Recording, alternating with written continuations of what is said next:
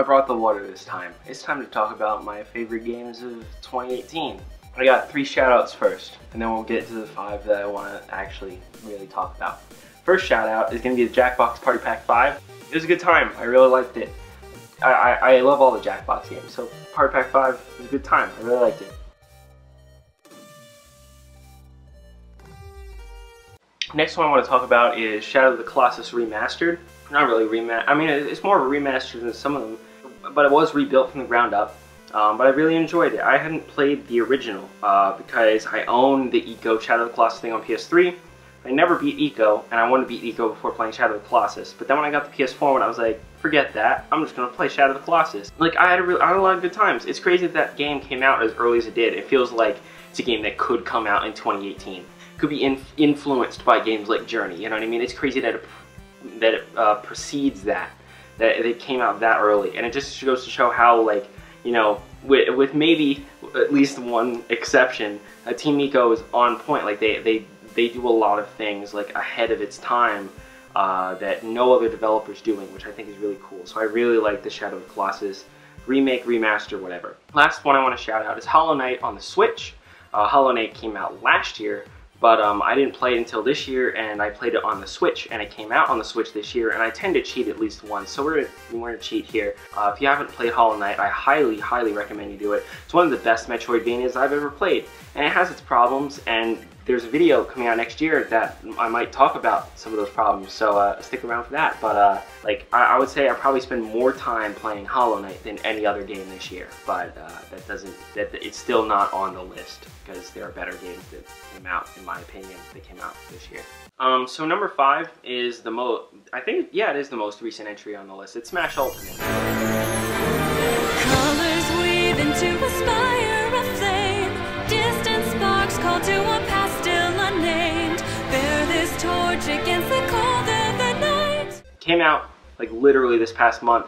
You know, and a lot of people have been saying, oh, there's problems, right? But like every Smash game has its problems. Until Smash Ultimate came out, I would argue that Project M was the best Smash Brothers. It wasn't even an official Smash Brothers game was the best Smash Brothers. But I think Smash Ultimate is better.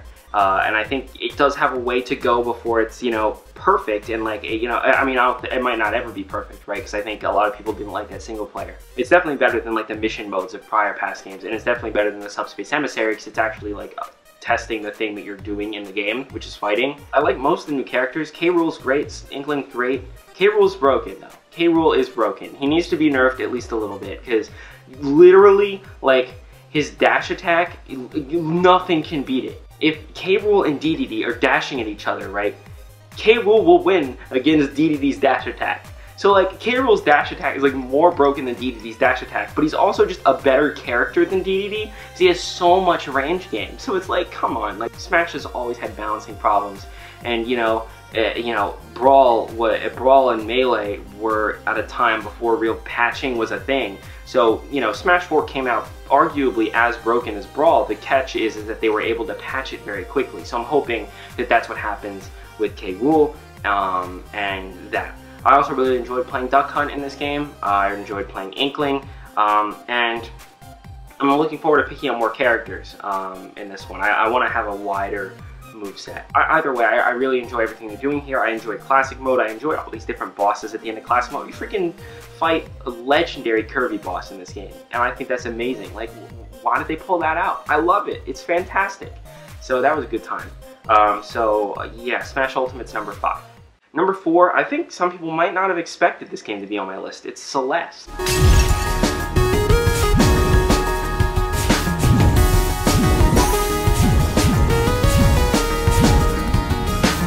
The reason why people might say that is because I did the Quick Thoughts on my other channel. I tweeted a lot about it, where I was saying that Celeste is basically a worse version of The End Is Nigh, which is my game of the year last year, right? Saying that doesn't mean it's not a fantastic game.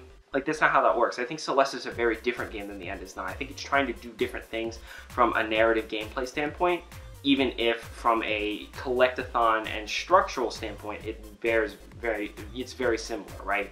So The End Is Nigh, I think, is more of a story about game development, and not just game development, just art in general, like creating art and the consequences the things you have to deal with in creating art. Whereas Celeste is more a game that's, I would argue, its narrative and its purpose is a bit more universal. It's about climbing a mountain, and that mountain can represent anything.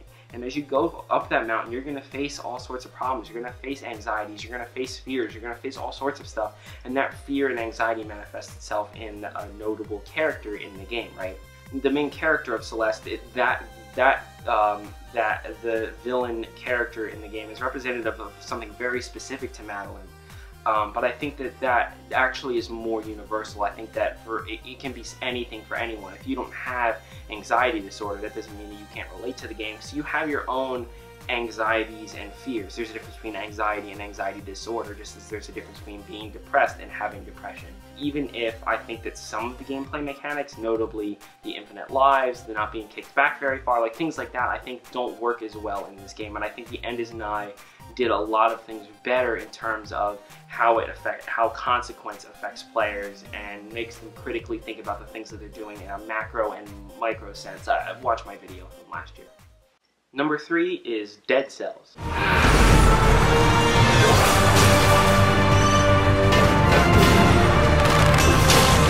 This was a game that I put off playing for a long time, mostly just because I was worried that I was going to dive into it and just spend way too much time playing it. But thankfully, Dead Cells takes more of a Binding of Isaac or Spelunky approach. I knew it had roguelike elements, I just didn't realize it was like when you die, you literally start the whole game over again.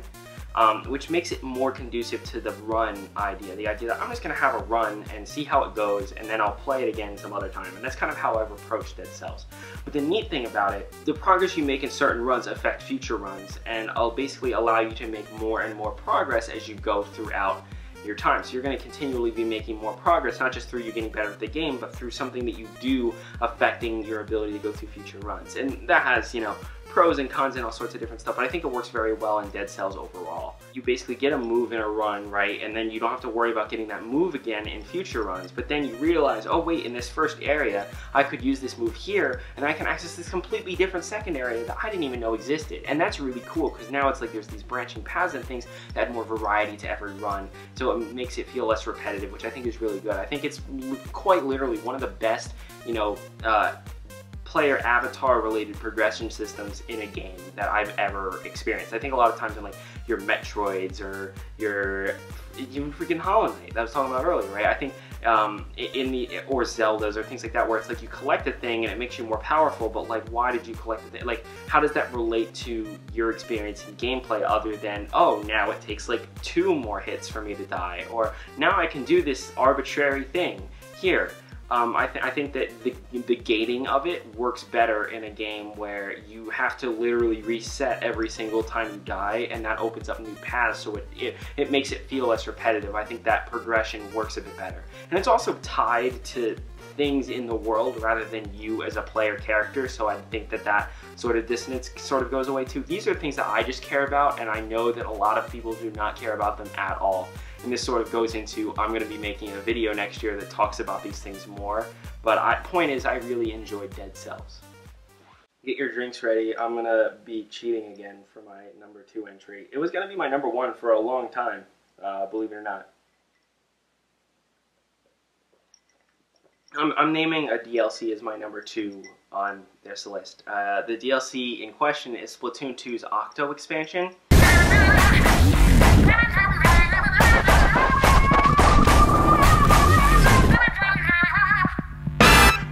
It's just so freaking good. Like it doesn't overwrite the single player that came with the launch game. Because I think it does something different, and I'll get into that in a minute.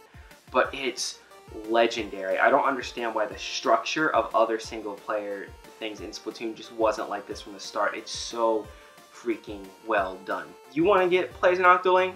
You gotta learn some skills. So, one thing, if you're playing against Octoling in Splatoon, you know that they know some skills, because they had to do some stuff in order to get that Octoling, right? So that tells you something. But also, like, it means that you earn the thing. You don't just pay money and get a skin. It's like you pay money, but then you have to earn the skin.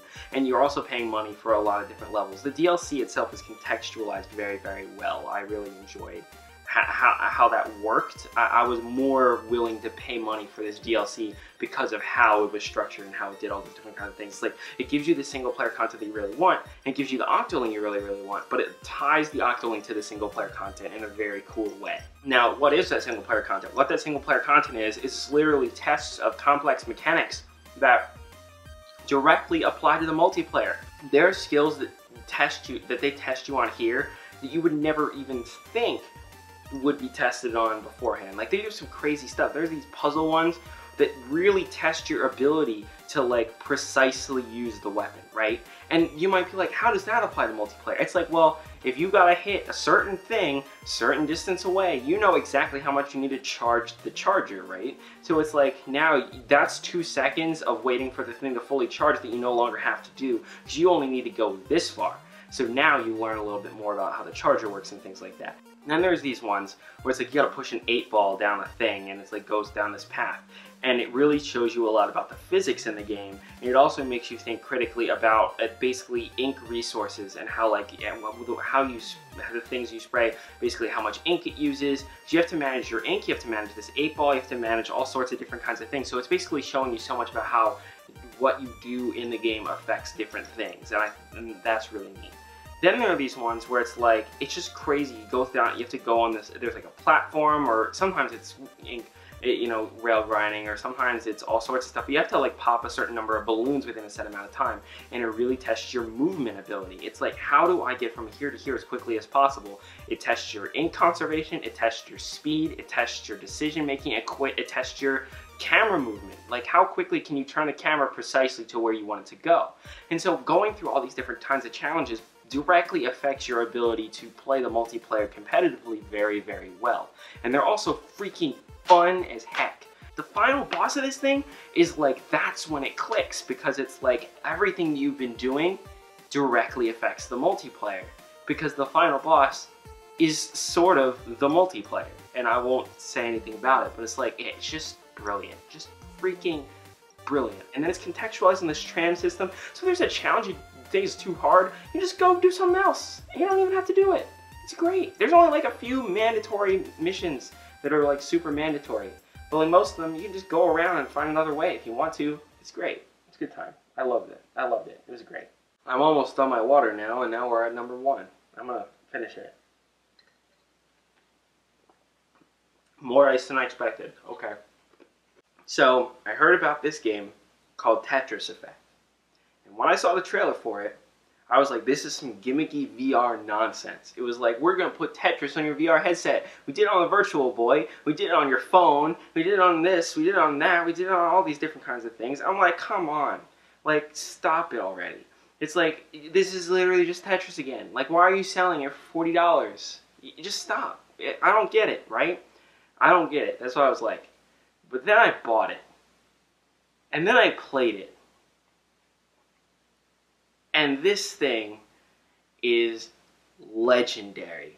And Tetris Effect went from being this game that I was genuinely mad at for costing as much as it did and being released on VR, and then it got released on regular PlayStation 2, which is how I was able to play it because I have VR, right?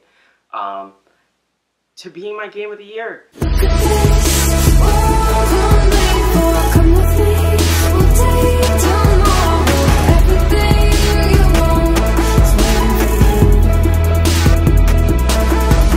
The thing is, a lot of people will say, like, you know, best games of all time. They're gonna, if someone says Tetris, the gamers are gonna get mad. They're like, why? Tetris isn't that complicated. Tetris doesn't have a story. It's like, come on, Tetris has a story. The story is literally, I'm playing the game Tetris, and there are these falling blocks, and then the thing got faster, and I was stressing out, and then finally I managed to clear it and get all these Tetrises, and I felt so satisfied. That's a story. It's not something that, like, has, you know, characters necessarily. I mean, you're the main character, but gaming is a narrative experience. It's how you experience the thing, right? That's what I tell a lot of people when they're like, I love story in games. I'm like, I like stories in games too. I just like creating those stories. And Tetris allows you to create those stories in its very simplistic and deliberate game board, right? This dude in Russia, literally communist Russia, literally did not have access to many video games, somehow made the best puzzle game ever made, right? Like, and the fact that people don't, like, people get mad when they say that Tetris is one of the best puzzle games ever made. It's like, no. There's a reason why it's one of the best-selling games of all time. It's because it's addictive, it's catchy, it appeals to all sorts of different kinds of players. It appeals to people that don't play games, it appeals to the hardcore gamers. It's like, I'm gonna find a way to, like, get all of the Tetrises, get all the max points, and last as long as I can. And then there are people that are just like, I'm just in it for fun, I'm gonna clear like one row at a time, I'm gonna see what's going on, right? And so it appeals to all those different kinds of demographics, right? Then, this happens. You know, there are other releases that happened, like Tetris Worlds, Tetris DS, but all of them sort of didn't work. It sort of was like, you know, oh, you know, okay, this is Tetris, and then there's this other mode that's like kind of Tetris, and this other mode that's kind of Tetris, but Like, I enjoyed Tetris DS, it was a good time, and Tetris Effect has those side modes too, but the main mode, the freaking Journey mode, it's not just Tetris. And it's the first time I can be like, they did not just remake Tetris and port it onto a system. They made a whole new thing.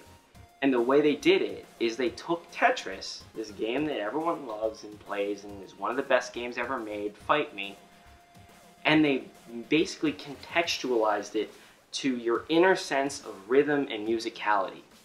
This isn't like, we put cool music and visuals behind this game. No, this is the game dynamically adapts to the things you do and the music and the feel and everything around it. It's crazy.